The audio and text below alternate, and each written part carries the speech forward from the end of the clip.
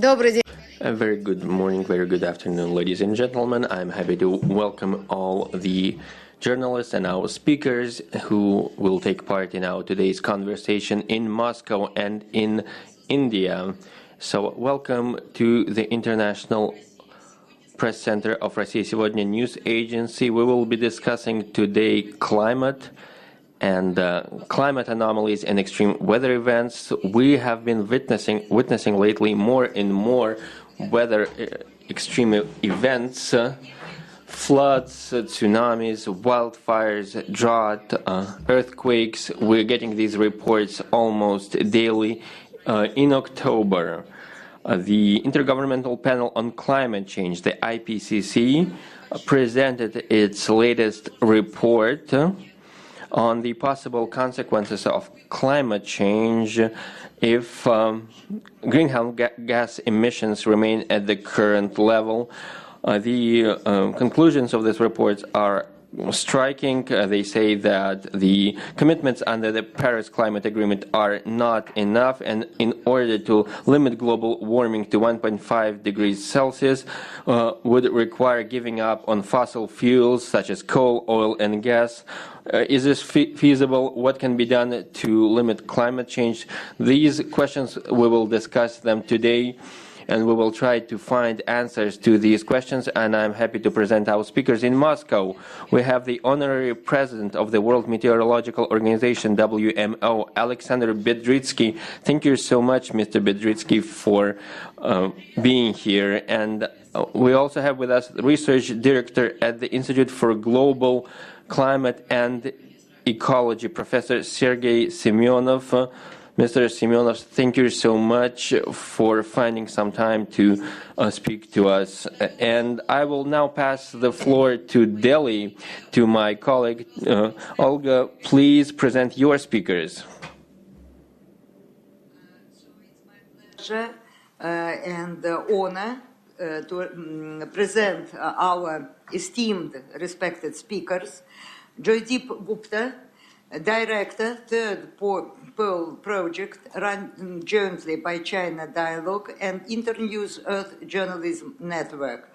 Mr. Gupta won the 2012 Green Globe Award at the Delhi Sustainable Development Summit.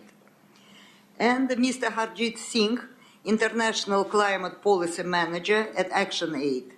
He is also the one of the founder directors of Alliance for Adaptation and Disaster Risk Reduction, India, and is presently the chairperson of the network.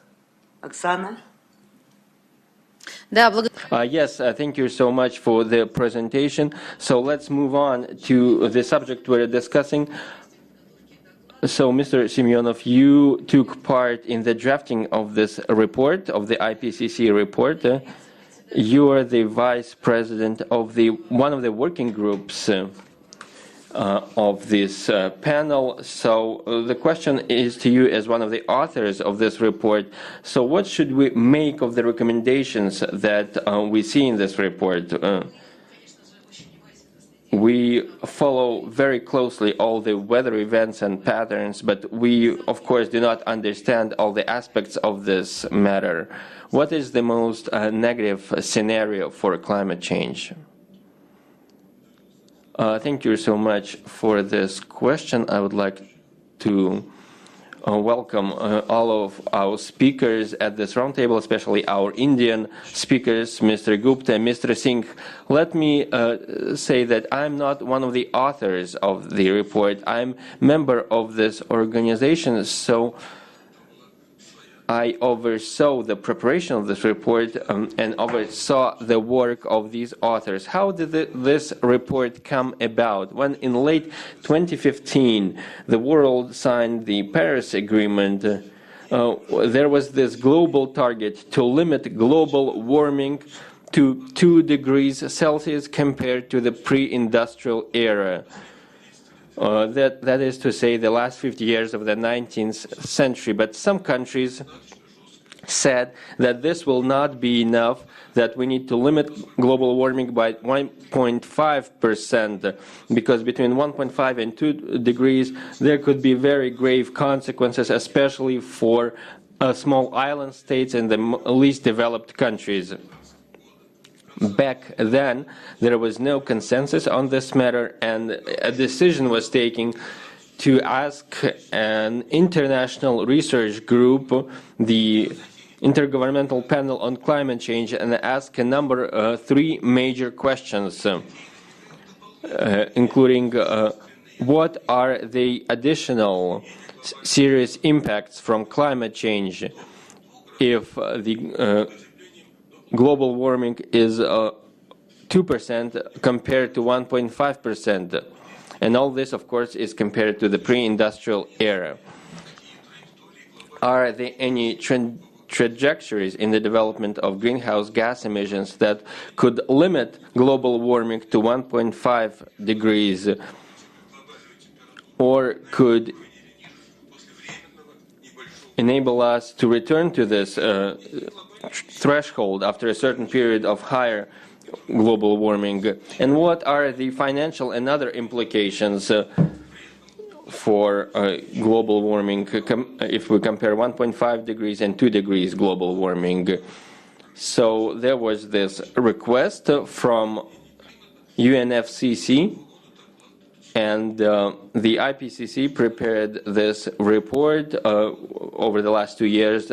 The experts worked on this report, and the full name of the report is quite long. This is a special report on the impacts of global warming of 1.5 degrees Celsius above pre-industrial levels and related global greenhouse gas emissions pathways in the context of strengthening the global response to the threat of climate change, sustainable development, and efforts to eradicate poverty.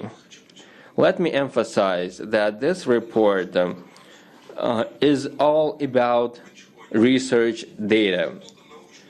All it has is just research data available from academic publications. There are no recommendations, there are no calls. So the topic, when you say that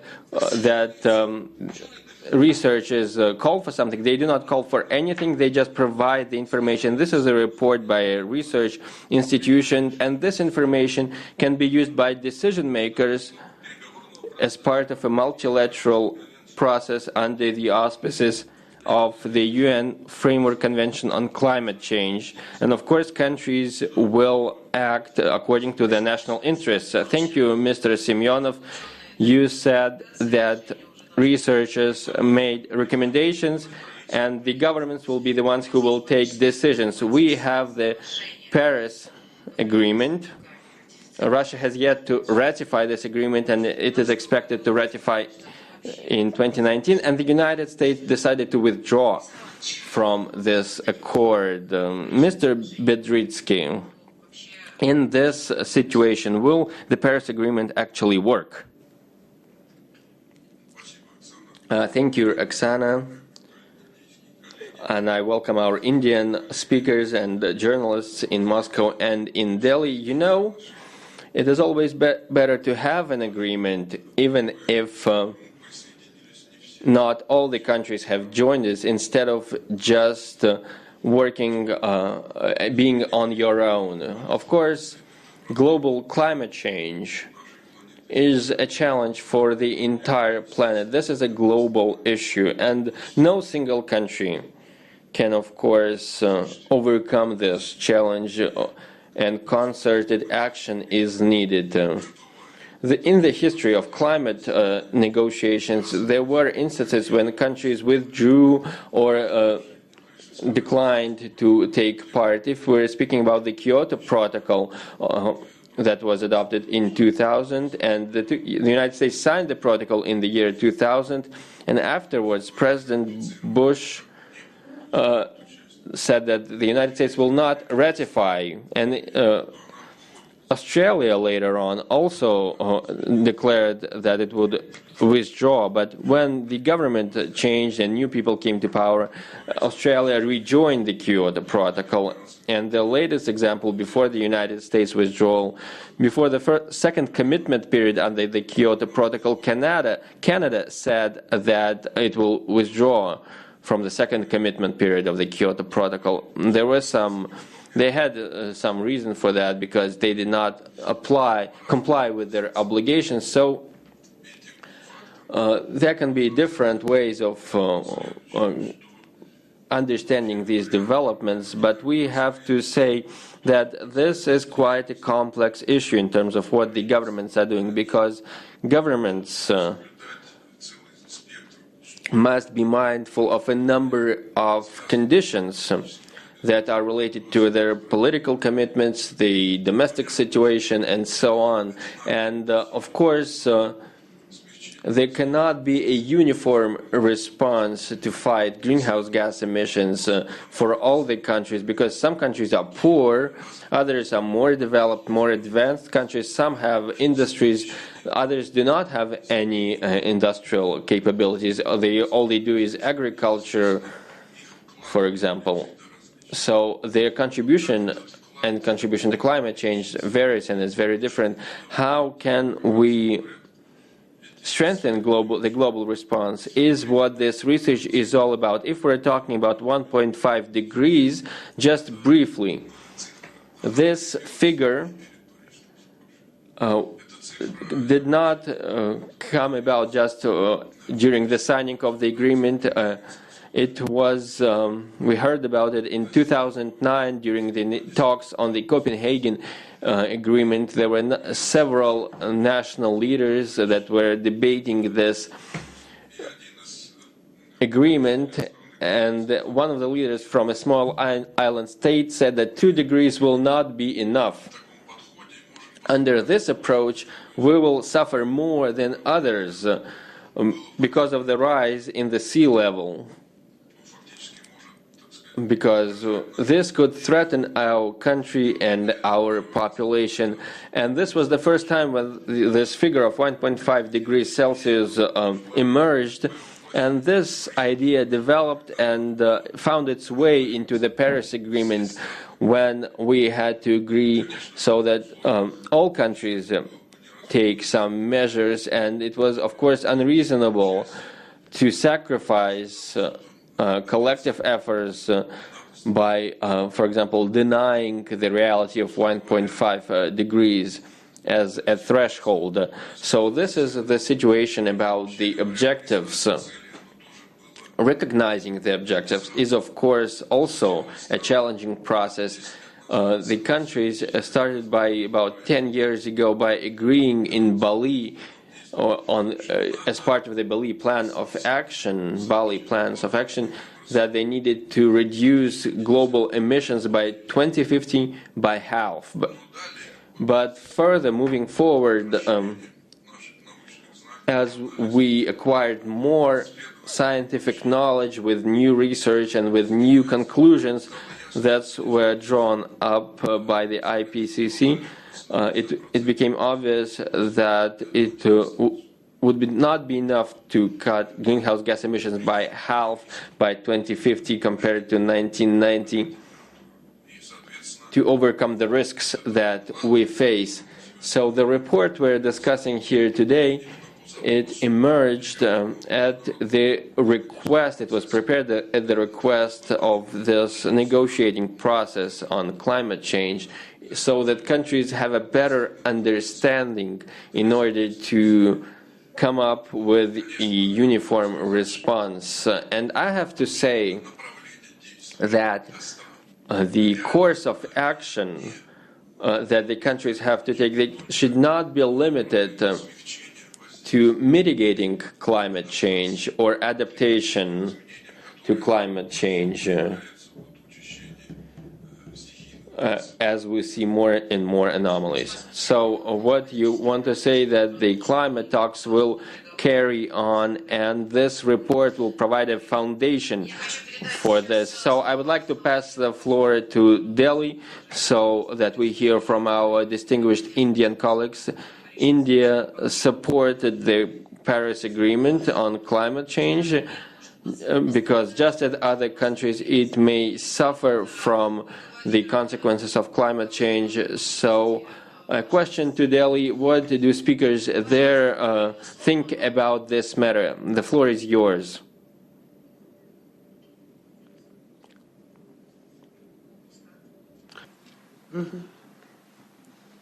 Mr. Gupta. Good morning to all our colleagues in Moscow, and good afternoon to all colleagues in New Delhi here in the room. I'm very glad to be able to take part in this. Now, let's go straight into the subject. As Professor Semenov pointed out, the IPCC does not do any independent research on its own. It essentially is an organization that collects published research, evaluates it, and decides what will go. And then there is this second level of filtering by the governments, after which you get this, what is called the summary for policymakers. So, we are finding year after year, every time scientists speak, the situation is getting more and more serious.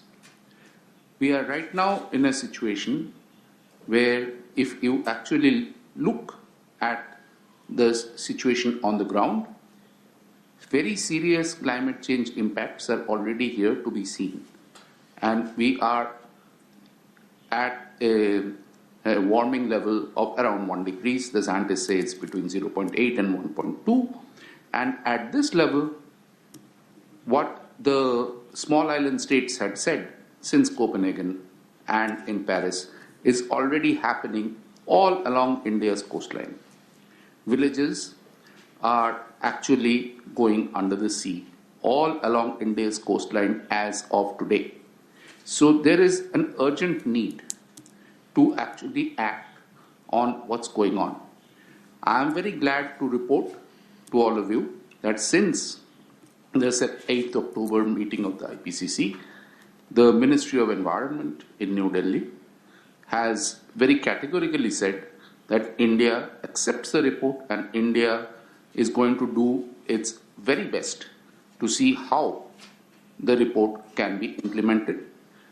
I know that the Environment Ministry right now has a working group working with various think tanks, various independent researchers on how to implement that.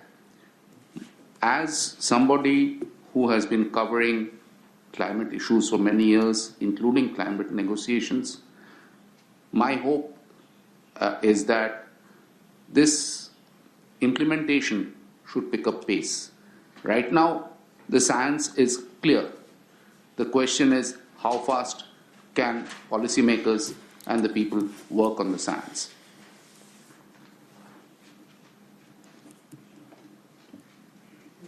Mr. Singh. Thank you. Good morning, friends in Moscow, and good afternoon to colleagues here. Very happy to be on this show. So, from my side, I think I should underline the importance of IPCC report, and just before the climate summit that's going to happen in December in Poland. What this report has clearly highlighted that the impacts are much, much higher than anticipated and expected. So the amount of urgency that is required to implement climate action is much more now. And what is required is rapid, far-reaching and unprecedented changes in all aspects of the society. I think that's the most important message that IPCC has put forward. We cannot ignore environment anymore. We cannot talk about economy that is not taking care of environment, and all our development policies need to look into the carbon footprint that it creates. What it also says, on one hand, it highlights all various kinds of impacts, and some of them are very shocking. We have been hearing about these impacts, but this kind of information coming from the ultimate scientific body on climate is important. And what it does, it highlights that what we lack is political will. It also gives us the good news that it's possible, and it's still well within our reach, only if we go for unprecedented changes and ratchet up the ambition that we have put on the table. As we all know, Paris Agreement action is only taking us beyond 3 degrees of warming, which is going to be extremely devastating. Even at 1 degree, we are facing a lot of impacts. And the difference between 1.5 degree of warming and 2 degree are massive. Just to give you an example, insects which are vital for pollination of crops and plants are almost twice as likely to lose half their habitat at 2 degree. As compared with 1.5. Corals, as we already know, are being bleached, and we have heard several stories from Australia and Pacific Islands. So corals would be 99% lost at more than 2 degree temperature, but have more than 10% of chance of surviving if the lower target is reached. So there's a huge difference. We are looking at 10 million people more getting impacted if the temperature goes beyond 2 degree by 2100. So it's not that between 1.5 and 2 there are going to be 0.5 percentage of impacts. It's going to be much more. It's going to be several times in different aspects of ecosystem. So what is required is political will and to review all aspects of our economy and take some very ambitious action. We have seen impacts in India, and we're also seeing some action, but it all needs to be scaled up, not only in India, but beyond and around the world. Thank you so much.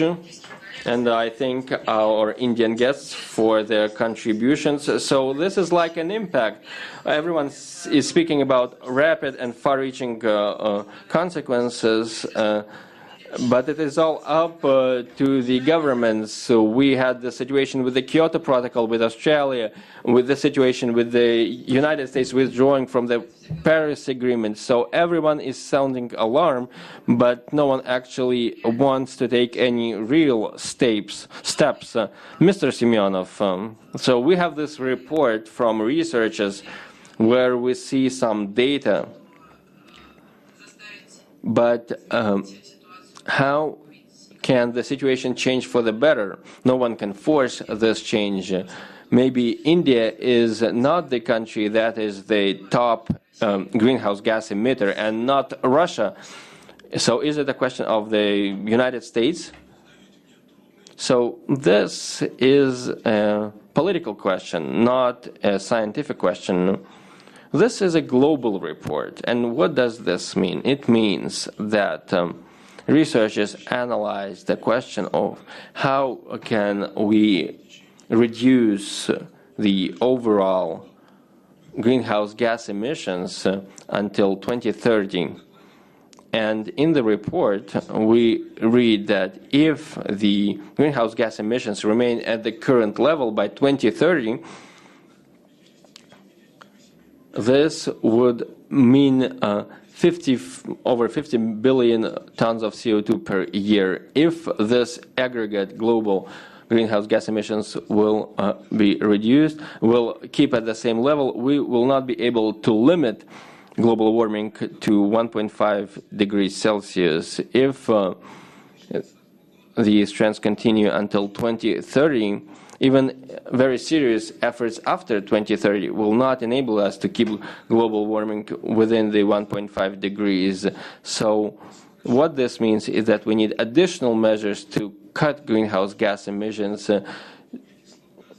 to capture greenhouse gas emissions, and to use other ways of reducing the impact of emissions on the climate. But it does not say in this report how countries will share this responsibility. Every country will see its own benefits and its own disadvantages from this report, and will have to decide whether every country needs it or not. This is a political process, but I am not a politician, sir.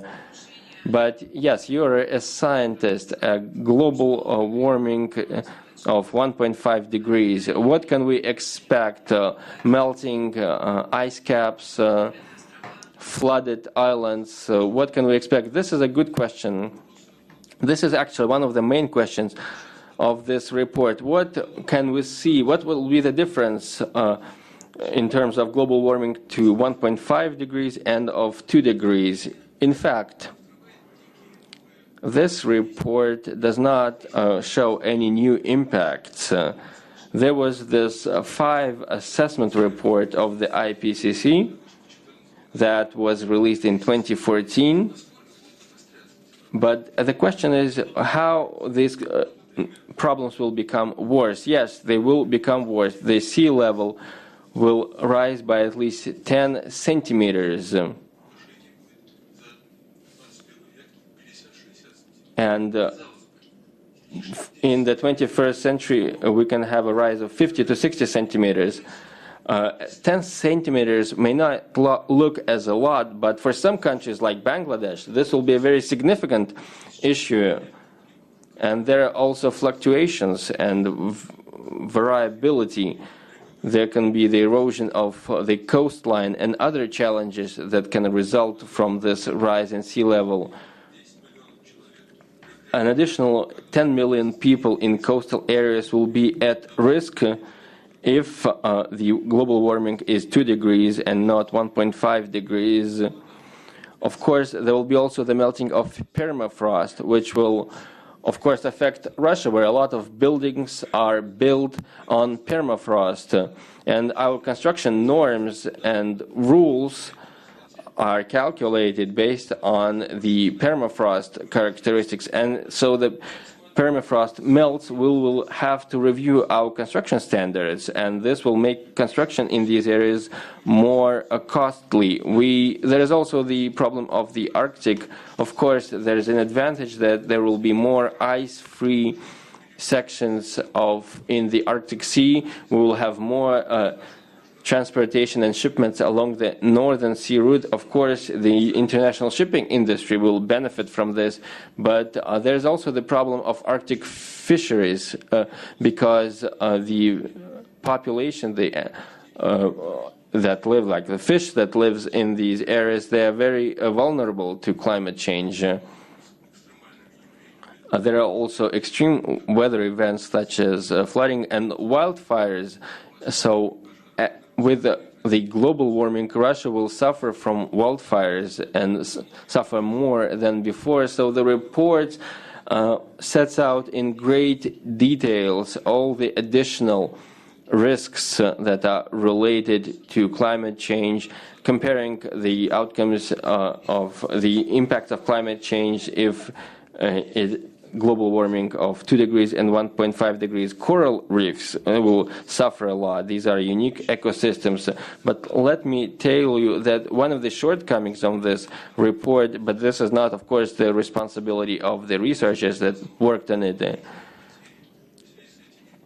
I'm referring to this comparison of these differences between 2 degrees and 1.5 degrees for various ecosystems.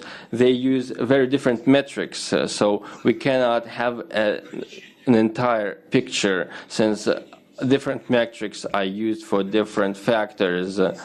In some instances, we can put the numbers on our data, but some assessments are just qualitative. Mr. Bedritsky, in one of the interviews, you said that if we are not able to contain climate change in this century, we will see a catastrophe. And Mr. Semenov mentioned some of the possible consequences. The Arctic is one of the most vulnerable areas of the planet. It is being developed at the same time. There are a lot of natural resources in this region. So how can we preserve the flora and fauna of the Arctic while also developing this region and prevent the melting of Arctic ice? So this is probably a very relevant question for Russia, because Russia has the largest section of the Arctic under its jurisdiction. So even if no other Arctic states are involved, Russia will still have to do something. So what can Russia do to save the Arctic and save the world, of course, because the melting of the Arctic ice will, of course, affect many other countries as well. Yes, the question of the Arctic is, of course, very important, but I have to say in this respect that Russia cannot by its own save the Arctic or the polar regions from the disappearance and melting of the Arctic ice. This disappearance of the Arctic ice results from the global warming, and everyone has to fight global warming. Of course, an important part of the Russian territory is located in the Arctic region, and Russia is doing a lot to improve the conditions in the Arctic region, and in order to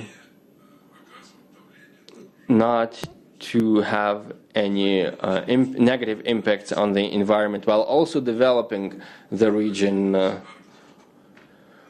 We are seeking to remove waste from the Arctic that has been accumulating there for decades under the Soviet regime. This is a very ambitious project that requires a lot of political will and a good understanding of the importance of the Arctic environment and preserving it.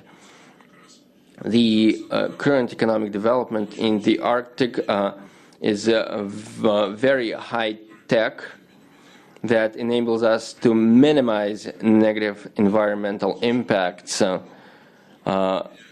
State-of-the-art technologies are used that cannot be found anywhere else, I can tell you this.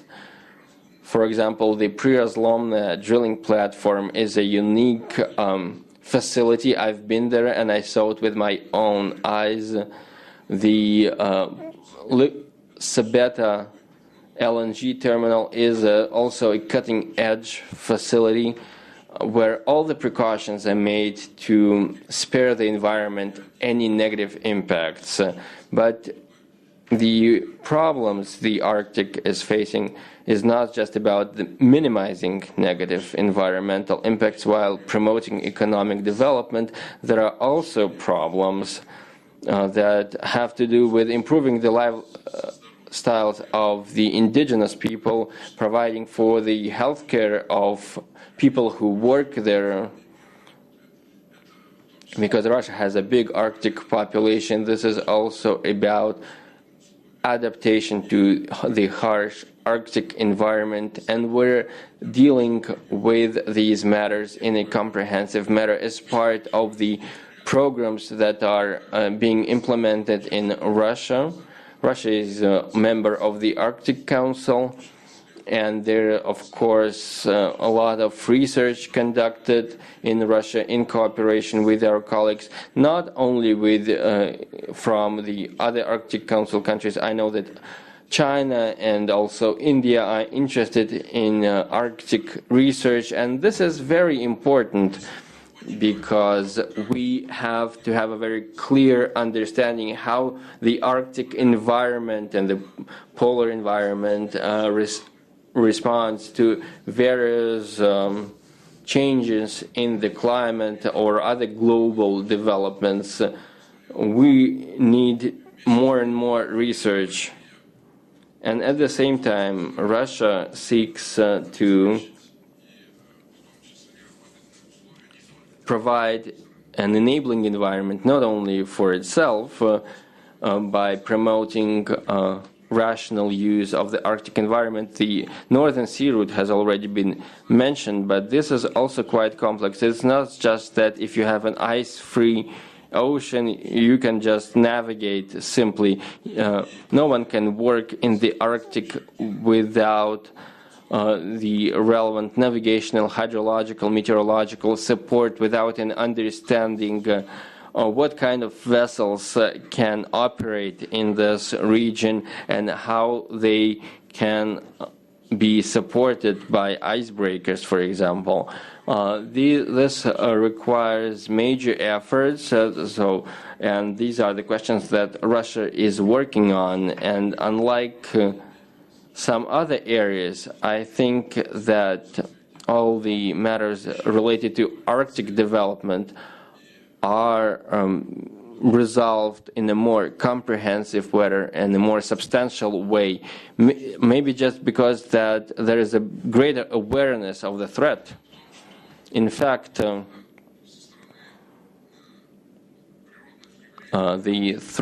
environmental threat is relevant also for non-Arctic environments as well. But in the Arctic, these climate change impacts are even more obvious, and they affect, they have greater effect on the people living there, because overall the Arctic is much harsher. What we need is sustainability, so that, as to avoid negative environmental impacts.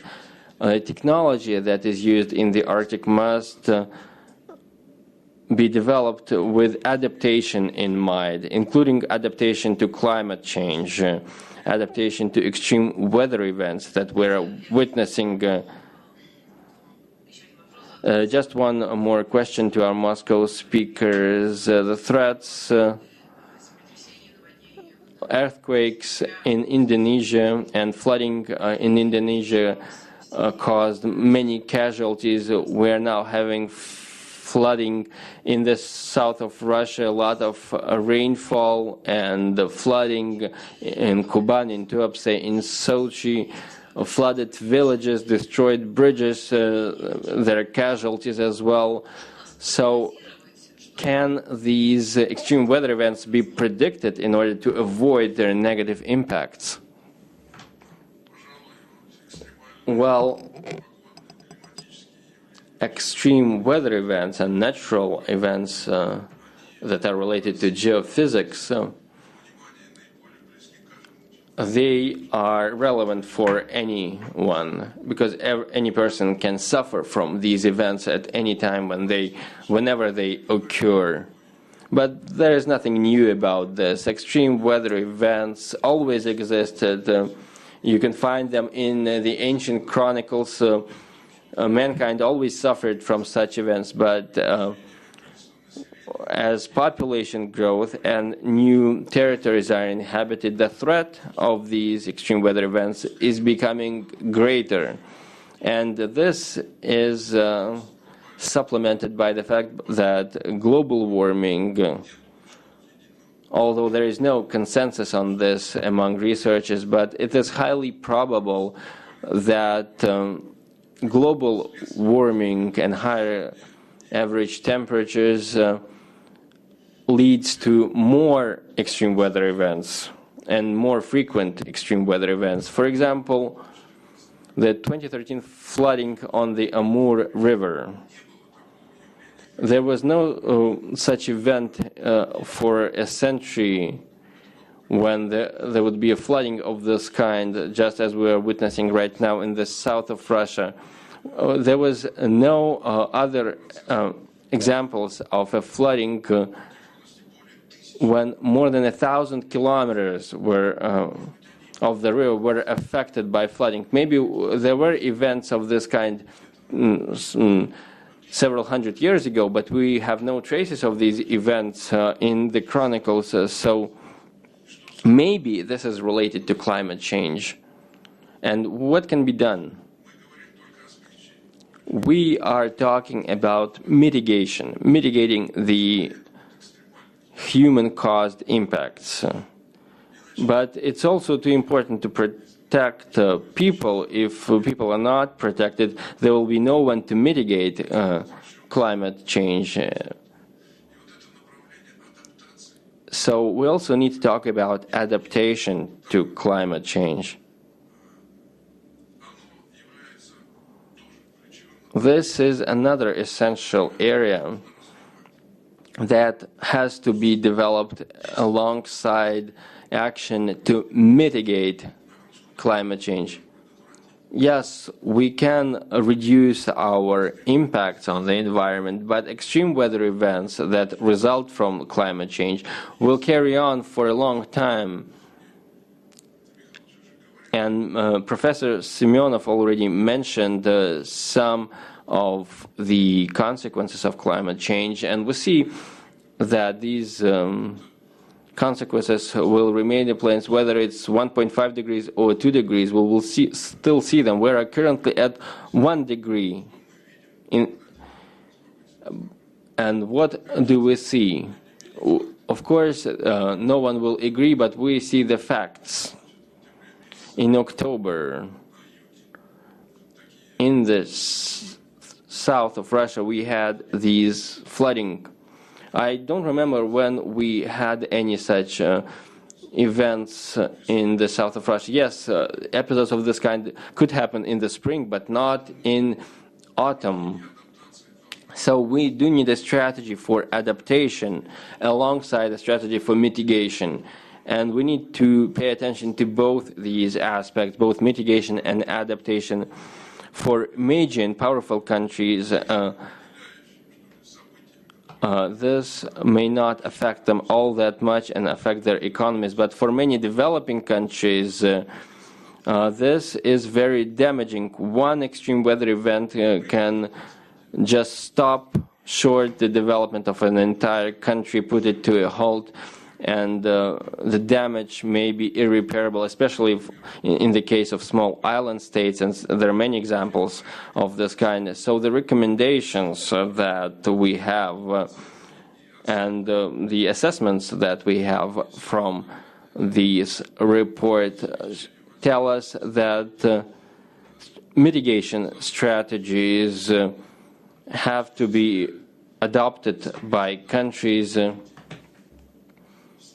so that these strategies provide for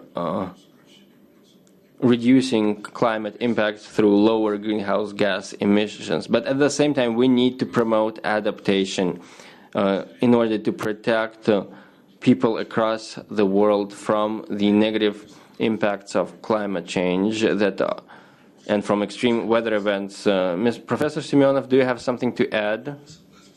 Well, I totally agree with Mr. Bedritsky. There is research that tells us if we have gradual global warming on the one side and we have statistics on the frequency of extreme weather events, flooding, typhoons, heat waves, and this may be relevant for India especially, also some regional events such as moussons.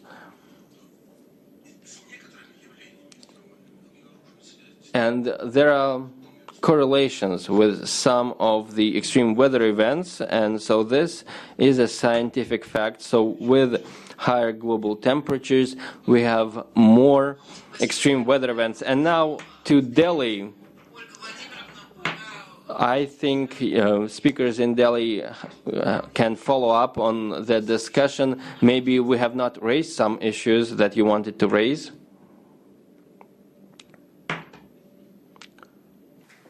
Yeah, I would like to emphasize on what we now call as the third pillar of climate action. I agree with Mr. Bedritsky that we need to focus a lot more on adaptation alongside mitigation, but let us also recognize that at 1 degree of warming, we are already seeing a lot of impacts.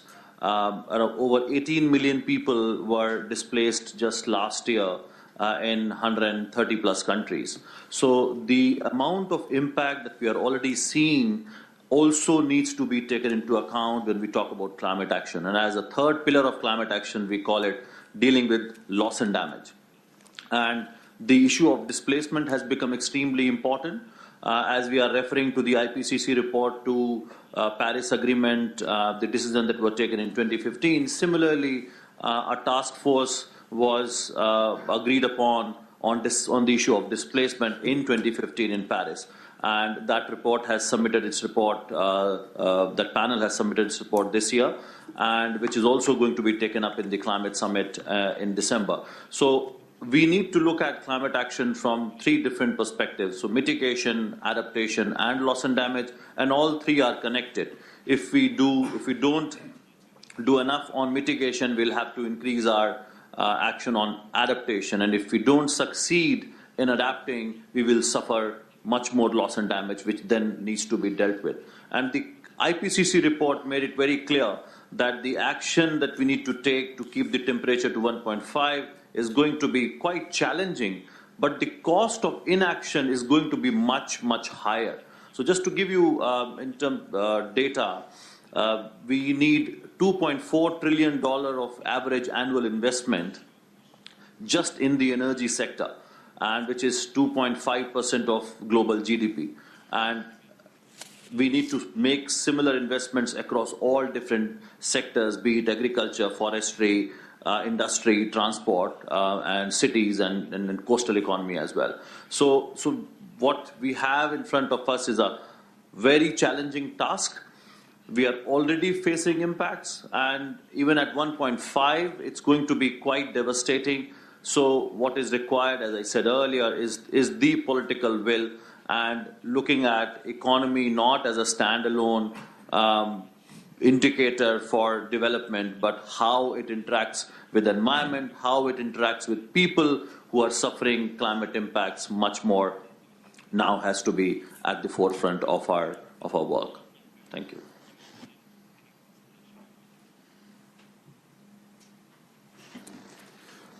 Yes, I agree with everything that has been said, but I would like to supplement this and especially look at it from that lens that Professor Semenov started with, the third lens that he talked about.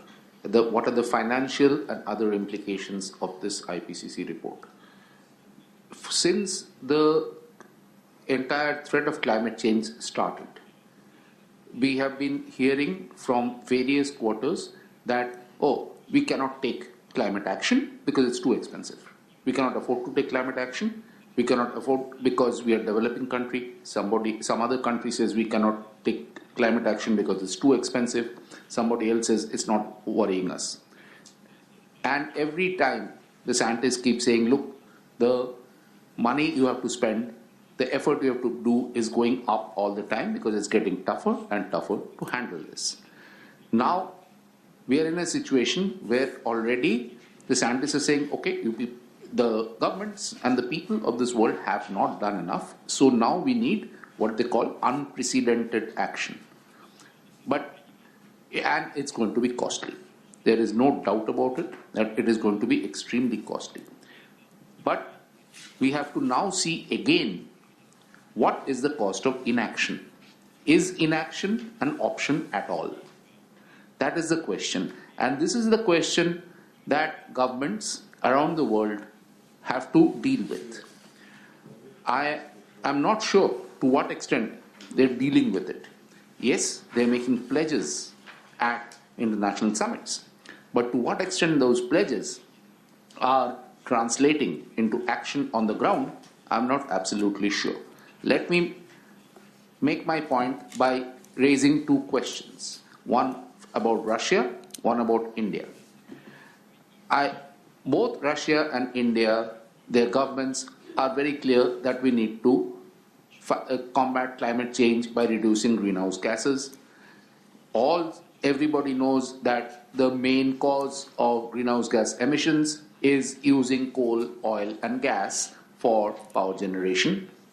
Despite this, the latest draft report of Niti Aayog, India's Planning Commission, that is on the Niti Aayog website right now, says that in 2048, 50% of India's power generation will be through coal. Yes, we hear a lot about India moving towards renewables, but what we don't hear is this. Similarly, I don't know if Russia is actually planning any move away from oil as the basis of its energy economy. I would like to know more about that, and that in fact would be my question to my colleagues and the experts in Moscow, because we hear a lot of talk about what we should do, but when it actually comes to the ground, I'm not sure that we see enough. As Harjeet was pointing out, we do not see enough political will. This has costs. This has very serious costs. With the experts from Russia, Professor Semenov and Mr. Bedritsky both spoke about permafrost. Now, permafrost, of course, Siberia has the largest amount of permafrost in the world. And for years, we have been hearing that if this permafrost starts melting, we are in very serious danger of the methane locked under the permafrost, escaping into the atmosphere and creating runaway climate change. I would like to know to what extent Russian scientists agree or disagree with this particular scientific point of view that we have been hearing? And if so, to what extent the fear is founded or unfounded? We have already seen, as Mr. Bedritsky pointed out, that they will have to plan a very different way of building houses on permafrost if the permafrost starts melting. Today, if my colleagues from the Indian media go up to the higher Himalayas, where there are houses of cattle herders in the permafrost, they will find almost all those houses have tilted over like this, because the permafrost is melting over here. Almost all the houses have become unlivable over the last few years because the permafrost in the upper Himalayas is melting. And that is where the herders do actually have their summer pastures. They are no longer able to live there. So there are impacts like this which are common impacts. And common impacts, despite the fact that Russia is so much further north than India, these are impacts that we should all be looking at together.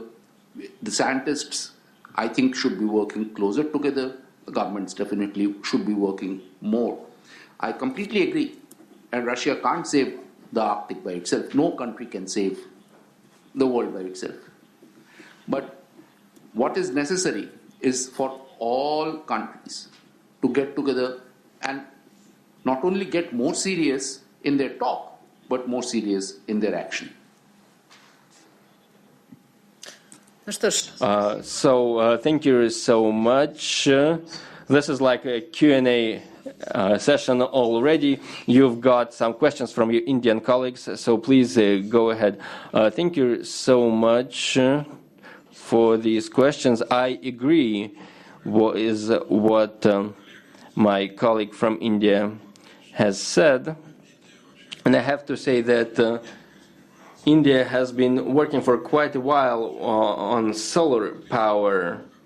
In early 2000s, when there was this Energy and Climate Coalition.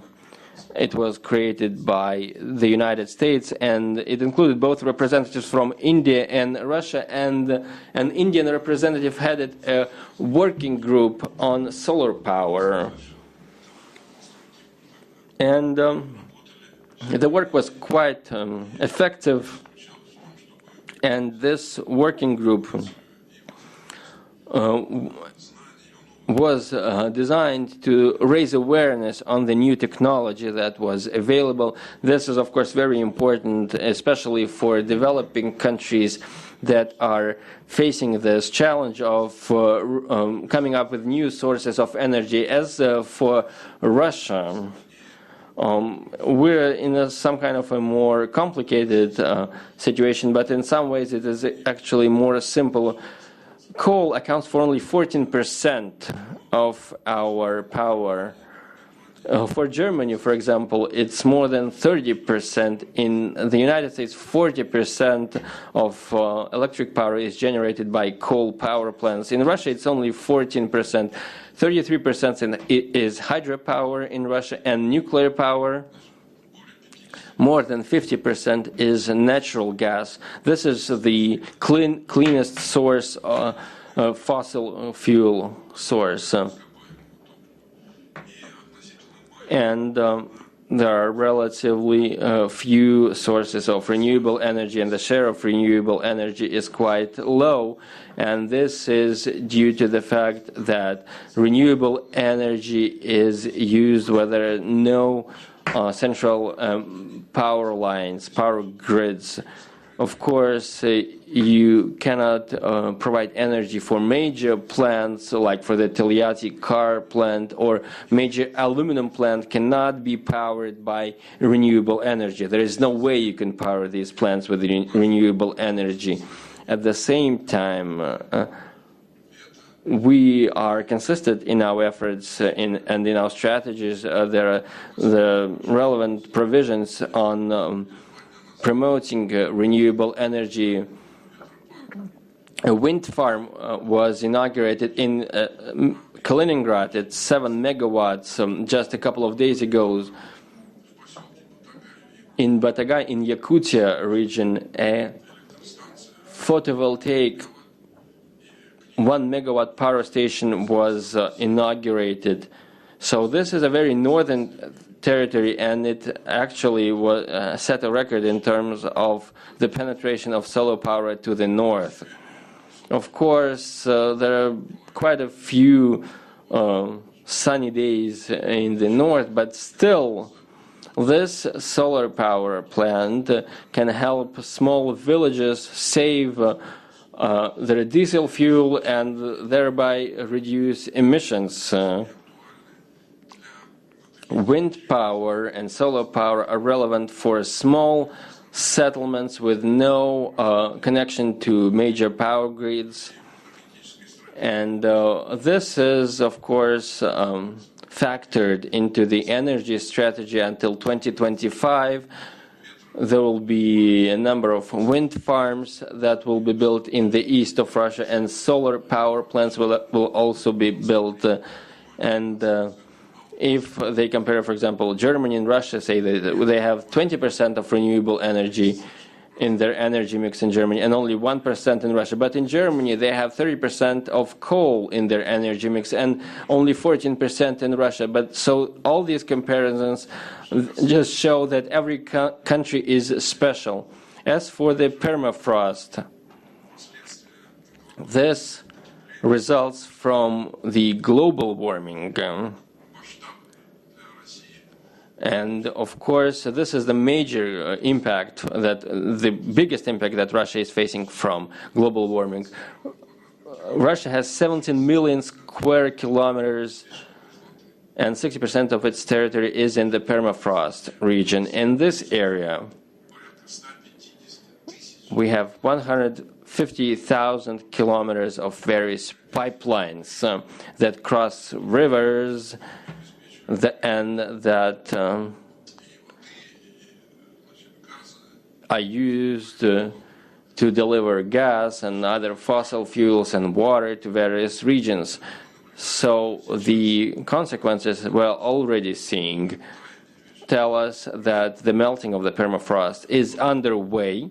This is an established fact, and there's an institute that works on this matter in Yakutsk, and it has been working on it for many years. And of course, our research and strategic forecasts on climate change and its impacts, there were several reports that were prepared in Russia in 2008 and 2014. All these reports show that these processes are underway and are gaining momentum.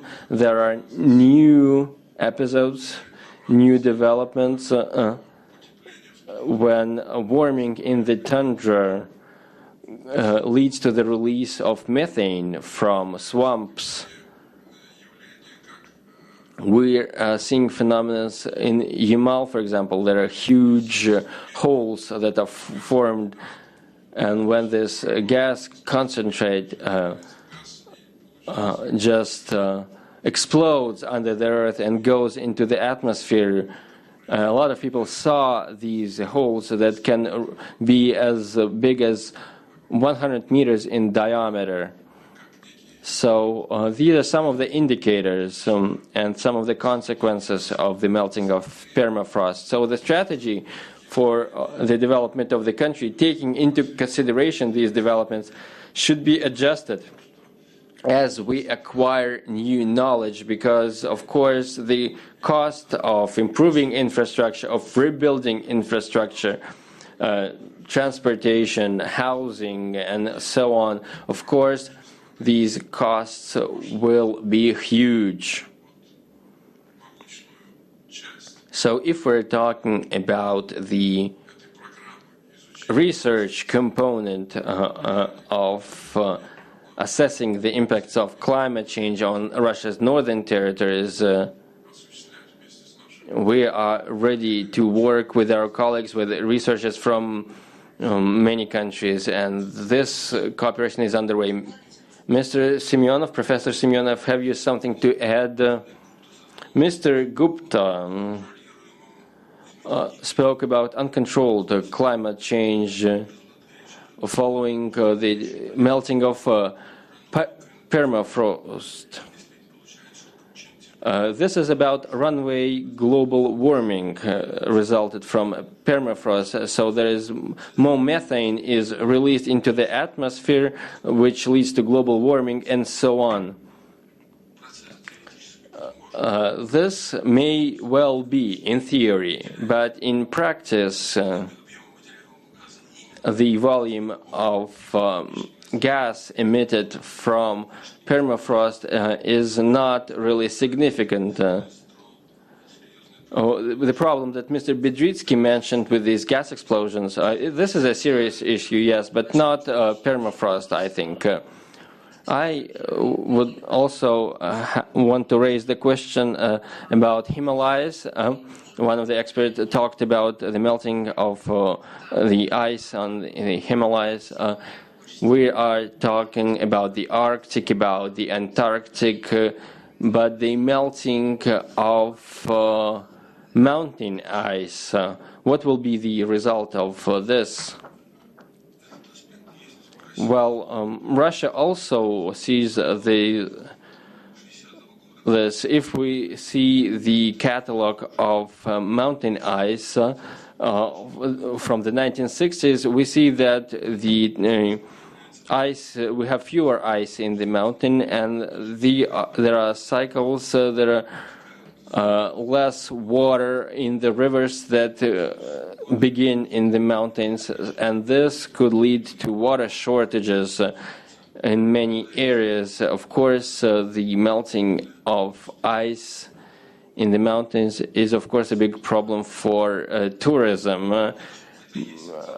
And yes, we see this in Argentina, in the Swiss Alps, and everywhere. Thank you. So let's move on to a Q&A.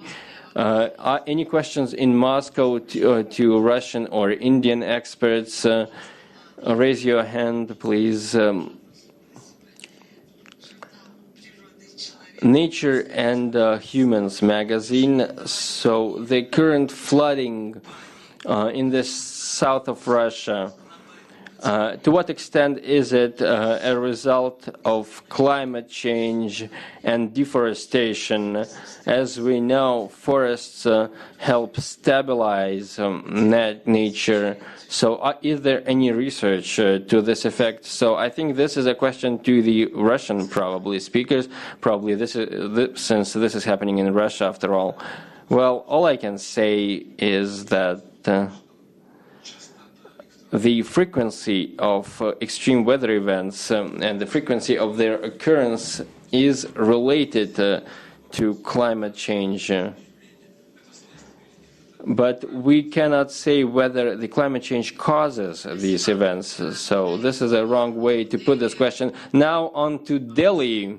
Any questions, any comments?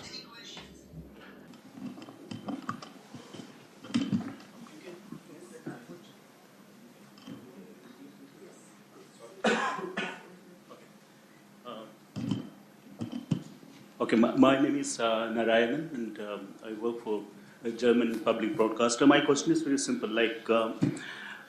Large-scale migration is going to be a big issue because of the global warming. We can see it in Bangladesh and other parts of the world also. And this kind of migration is going to have huge impact in the political system also. It can be seen in 1 million people in Germany is making a lot of difference there. So what is that? Of course, if a lot of people coming to India, we cannot accommodate. Is there any plan in Russia? Because you have a lot of land free there, it seems.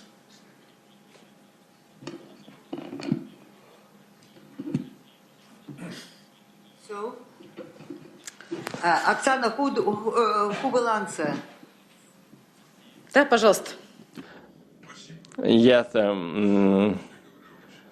Thank you for this question. This is a very interesting one, and I will try to make my position clear on this matter. A lot of Western countries are speaking about climate refugees, and Great Britain even tried to discuss this matter, the climate-induced migration, in the UN Security Council. But let's look at the facts.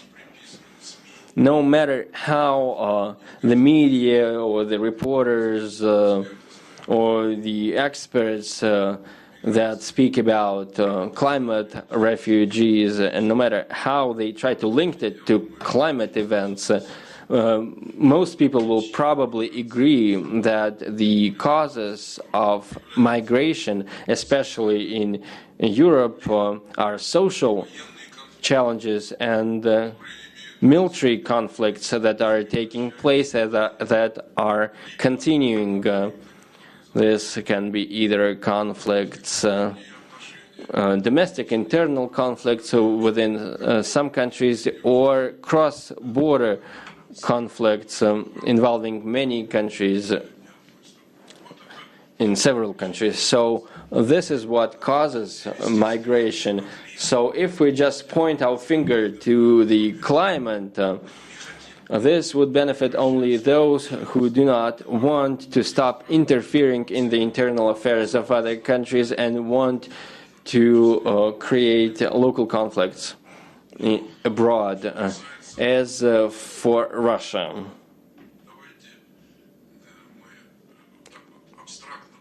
let's have this abstract idea. 60% of our territory is in permafrost territory. And honestly speaking, it is quite unlikely that people who suffer from a rise in temperatures or some other consequences of climate change agree to move from comfortable warm areas and to live in Siberian weather and to face the Siberian cold that are not comfortable, especially for people who are not born in Russia. And nevertheless, it is a fact that Russia sees an inflow of migrants from other countries, but this is not caused by climate change. People come to Russia to work. These are people, these are processes that we're seeing across the world, the migration processes. People are always seeking a better life. So for some, Russia presents a better life and better opportunities than in some other parts of the world. But overall, the migration policy in Russia is not related to and does not take into consideration this factor of climate in migration processes. So we do not see this link between the two phenomena. And the migrants that are heading to Europe probably are not fleeing climate, but other problems. Any other questions in Moscow? Yes, go ahead. The microphone to the third row, please.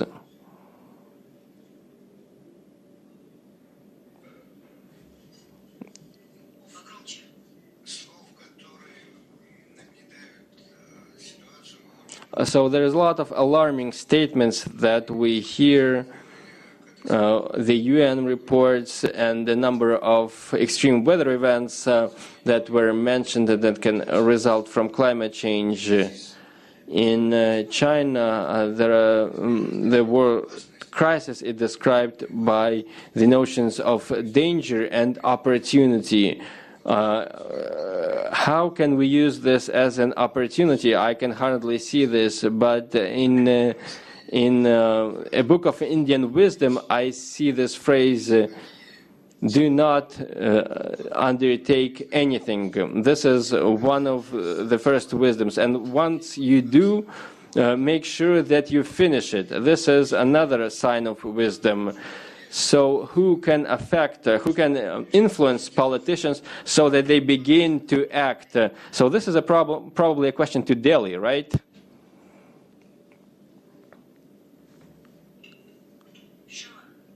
Mr. Singh will answer. It's good to link religion or spirituality with climate, and in fact we have also been seeing a lot more engagement from faith-based groups on the issue of climate change. I think on this particular aspect, everybody is very clear, even across several faith-based organizations, that this crisis is caused by human beings So we have a responsibility to fix it. And in this case, inaction will not help, and we all have to step up our action. And that's exactly what we as civil society, as media, are advocating for. So I don't think we can think of inaction at this moment, and we have to fix this problem which has been caused by us, and we are seeing a lot of suffering because of climate change. Let me also take this opportunity to go back to the previous question on displacement or climate-induced migration. It's a new phenomenon, and a lot more research is required. So as Mr. Bedritsky was saying, it cannot be absolutely clear whether the migration has been caused only by climate. It's going to be complex because there are several factors which are responsible for moving somebody out of his or homes. But at the same time, we are also seeing an increasing trend where extreme weather events or slow onset events like sea level rise are becoming a major factor for migration. And this is where it's getting clearer. And as the attribution science, so attribution to climate change impacts for a particular event, gets clearer, we will be able to link climate-induced migration much more clearly. And what we need to be mindful of is the kind of policies that would be required to provide protection to people who are forced out of their homes, be it internal displacement or in cases where they are forced to cross borders. And that's what is happening at the international level, at the UN level. So the discussions have begun. And this climate summit is also going to deliberate on what kind of protection systems are required from local to global level. So this is a very important issue that we all should be looking into.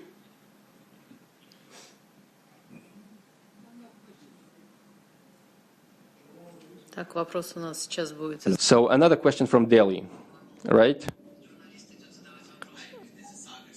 Gupta is speaking from New Delhi, from ETV Bharat. I think one of the moderators there in Moscow did touch upon this issue, but I wanted an elaborative answer from the speakers today. The question is that reduction in emission is very much linked to equality, right, vis-a-vis the developed world. The arguments like it is the developed world that is already industrialized that should take the burden, the financial burden, the moral burden of reducing climate change, of reducing global warming. How do you respond to the perceptions these perceptions in developing countries?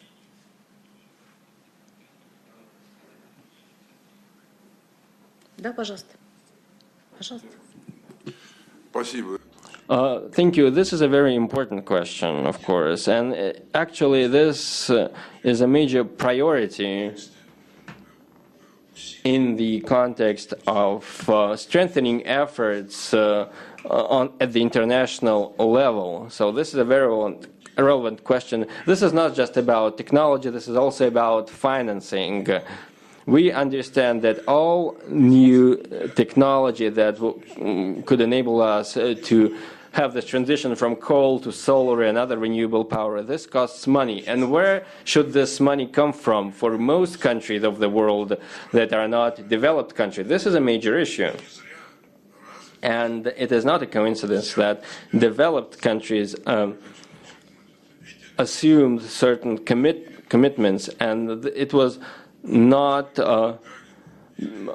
at the Paris agreements, but after Copenhagen and Cancun in 2010, the developed countries undertook to have by 2020 up to 100 billion per year to promote the relevant activities in developed countries. And the same pledge was voiced at the Paris Agreement talks.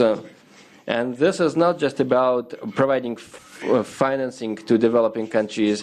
The reality is such that most countries of the world cannot afford, by using their own resources, to manage this transition to renewable energy because they simply lack the possibility. They face the issues of poverty, water scarcity, and problems that are related to food shortages and so on. And of course, any action on climate change requires investment and funding. Unfortunately, so far this pledge has remained just words. And the United States, for example, the $2 billion that Obama promised for the Green Climate Fund, the new president refused to allocate this amount. And of course, all this limits the potential of developing countries to reduce greenhouse gas emissions. And not just that, these funds could finance adaptation measures. Since people have to adapt to extreme weather events, this also requires, for example, investment in prevention efforts and, of course, technology.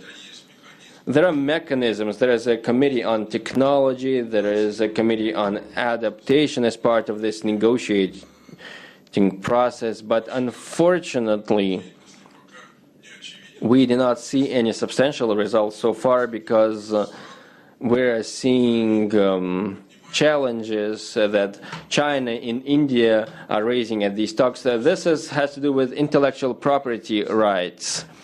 Developed countries have to provide the funding, but they do not do it, and they do not provide the funds. At the same time, they stand in the way of spreading technology, and they ask money for their intellectual property. So there are contradictions, and this a very substantial issue, and if not a critical one, a critical condition for promoting joint and combined efforts for mitigating climate change and keeping global warming within the limits as we have discussed. And this is probably the core problem that will have to be resolved at the climate conference. We have to agree on the rules of the game, how the Paris agreements will be implemented, but the questions related to the effective mechanisms for transferring technology, for creating funding mechanisms, all these issues have yet to be resolved.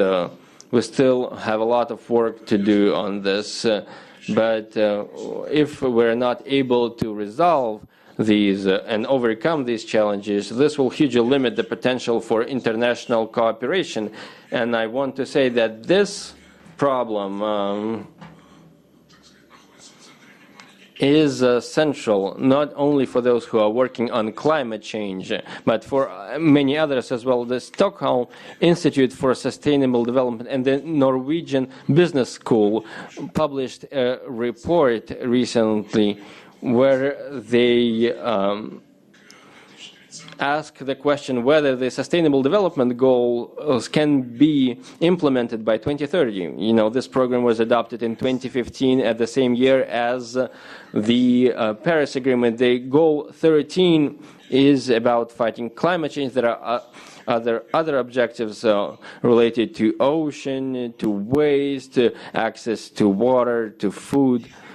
And their recommendation, the Stockholm Group issued a recommendation saying that apart from implementing strategies that we have discussed, like promoting renewable energy and so on and so forth, apart from this, we need to step up food production because hungry people will not be able to use the technologies and to benefit from them. We need sustainable development strategies for developing countries. We need investment in mitigation and adaptation. And another interesting recommendation that we need a behavioral change, to change our behavior in rich countries. Developed countries have to understand that they cannot keep living as they used to do and just to think about their own needs all the time and their own interests. So first and foremost, these developed countries have to think about the world in general, and this relates not only to sustainable development, but also to fighting climate change, which is part of the sustainable development process, changing our mindset and our behavioral patterns. If every person, and including the politicians, do not change the way they see these matters, do not change their mindset, unless they change their attitudes, unless they see this in a different way, it will be very difficult to force them to implement these urgent and far-reaching measures that could enable us to neutralize global warming and to protect ourselves from extreme weather events that are maybe caused by climate change. Professor Semenov, do you have something to add? Well, I can say that the climate change issue is very politicized, unfortunately, and it is obvious when you read the media. There is groundless talk about catastrophe, about the changes that are irreparable. At the other side, there are people saying that this is all made up and not true. If you look at the report attentively, the report of the IPCC, it is very moderate and very balanced. There are no calls in either of the two directions. Another aspect, Mr. Bedritsky and our Indian colleagues mentioned this. This is financing. We need to understand the scope of the needs. Between 2016 and 2050, limiting global warming to 1.5 degrees would require an additional investment in the energy sector of $800 billion. 800 billion. This may seem as a huge amount, but we have to take into consideration that we compare it to the global GDP. It's something about 2.5%, which is not much, but this is still a huge amount because many countries have more urgent needs than climate, and there are many countries in the developing world that have more urgent needs than fighting climate change. And the need for more spending, for more investment to meet this 1.5 degree target will, of course, be a major subject on the next conference of the parties.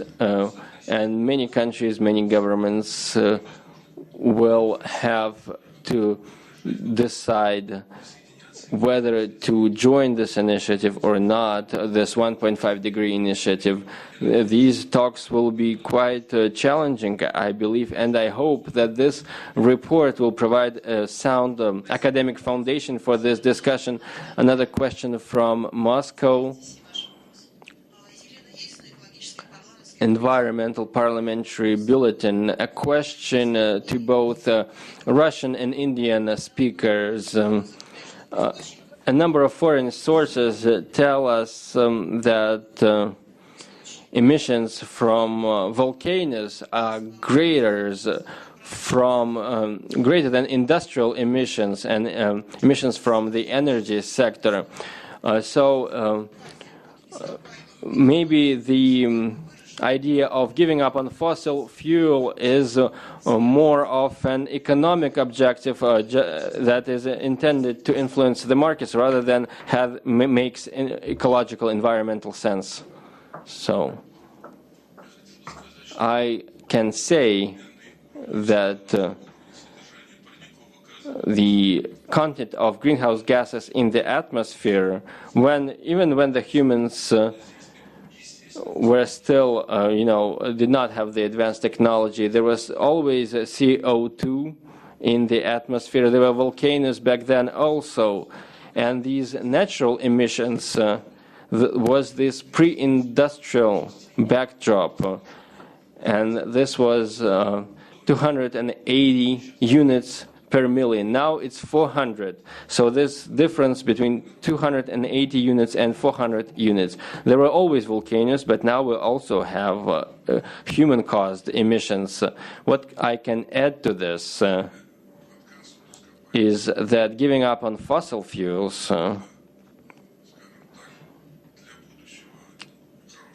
is a good idea for the future. It may be a good idea, but the question is, when can it happen?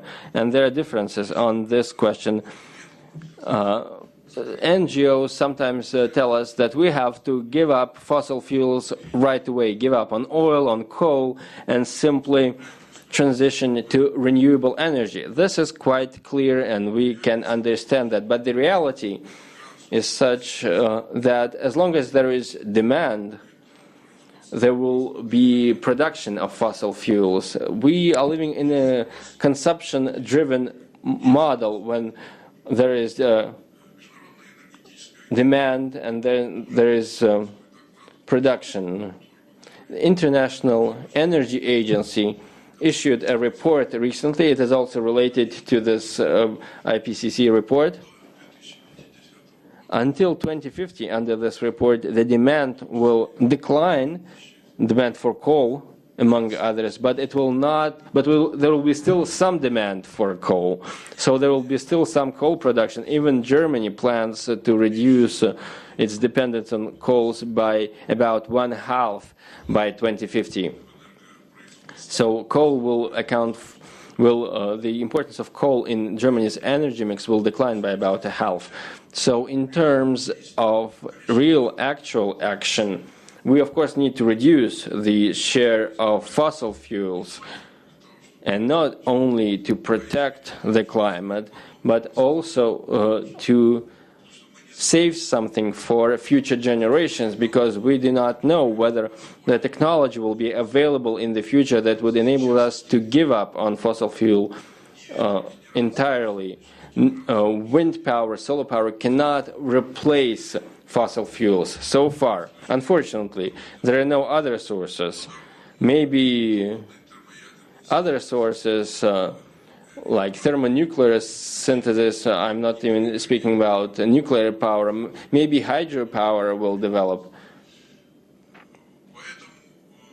or other sources may come about. So any question has to be looked at in economic terms and in terms of the markets. We are living in a world that is driven by consumption and production that results from the demand. So there will be always competition, there will always be people who will use the need to resolve this question as a pretext for promoting their own vested interests. We always had this understanding in Russia. When the Kyoto Protocol was adopted, it was clear that those who were better prepared in economic terms stood to benefit from this protocol. But asking who stands to benefit is not a reason for inaction. We have to act. But let me reiterate, even though Russia has only 14% of coal in its energy mix, we will still export coal because there is demand for coal. If we see a long-term decline in the demand for coal, then we will have to change our approaches. And we're already discussing this. There's already a debate that we have to reduce our dependence on oil and coal. We have to have this transition to technologies that will have more added value compared to oil and coal. Well, of course, everything requires energy, any economic activity. So there is this problem. This is true. And we also see this in the IPCC report. is that we can achieve this 1.5 degree goal, among other things, if we use CO2 capture technology, and we learn to use it by 2050. Nobody talks about this, but this is an important factor of capturing some CO2, because we will be unable to give up entirely on fossil fuels. So we need to study the technology that will enable us to capture carbon dioxide emissions so that they do not get into the atmosphere. So the world will be forced to work on this technology. No matter how much we talk about fossil fuels, by 2050 we will not be able to give up on fossil fuels. But we have to have net zero by 2015 compared to 1990. So these zero emissions, how can we achieve this target? Only by using CO2 capture technology. You cannot sell this technology to anyone. You cannot create jobs with it, but you have to invest in it. It requires investment. And this is another major issue that the signatories of the Paris Agreement will have to face, and the fact that the Paris Agreement is not worded as the Kyoto Protocol, that every country was assigned a specific number and every country had to comply with this commitment. This would be too primitive. The entire world, given its diversity, cannot focus on just some specific limited targets, because every country has its own specific nature and has its own problems and objectives. And it's important that NGOs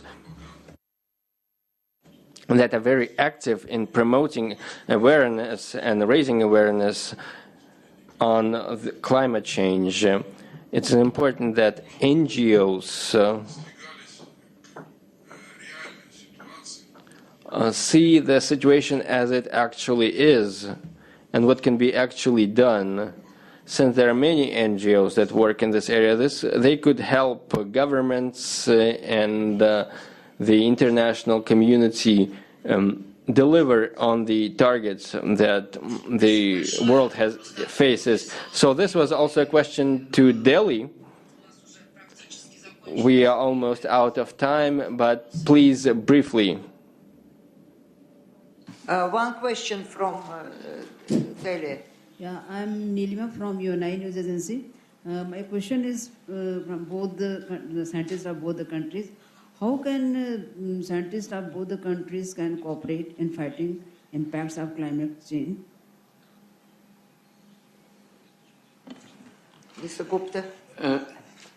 Ma'am, I believe scientists from both countries, in fact all countries, are already cooperating. That's what IPCC is all about. As you can see, that there are IPCC scientists from Russia, there are lots of IPCC scientists from India. They do cooperate quite often. So that is not a worry that I have. Scientists work together, they cooperate often. Of course, there's always scope to do better. As Professor Semenov and Mr. Bedritsky pointed out, there is definite scope to do more cooperative work on the cryosphere. That is the work on all the ice areas, because Russia and India do share all the ice areas. Russia in its north and India in its mountains. But I don't really see a problem of scientists not cooperating. They do cooperate. Mr. Singh, do you have to add something? Yeah, my point is a bit overall. I think what Mr. Bedritsky was saying about demand and supply, I think we need to look at beyond demand and supply, and the role of governance is extremely important because of the kind of economic model that we have built, which only depends on demand and supply. We did not factor in the environmental footprint that we have created, and that's why we are struggling with the climate crisis. So the role of governance is extremely important to take decisions on what kind of transport system we need, what kind of energy infrastructure we need to create, what kind of housing policies and standards we need to create, and that works across the sector. So the role of governance in now dealing with the climate crisis is extremely important. And some of the technologies that you alluded to, like carbon capture and storage, are still unproven. And there are several other ways which are challenging, but at the same time are not risky at all, which you also referred to earlier, is looking at the consumption pattern, is looking at the lifestyle changes that we have to make. And this is where these approaches need to be far more aligned with the ecosystem than depending heavily on technology. Technology does have a role to play, but over-reliance on unproven technologies in mitigation would be quite risky. So we do have some solutions. In fact, there was a report released just 10 days ago by an alliance called CLARA, and ActionAid, the organization that I work with, was very much part of it, which looked at how food system itself needs to be revamped and how it can play a major role in bringing down the emissions. Thank you.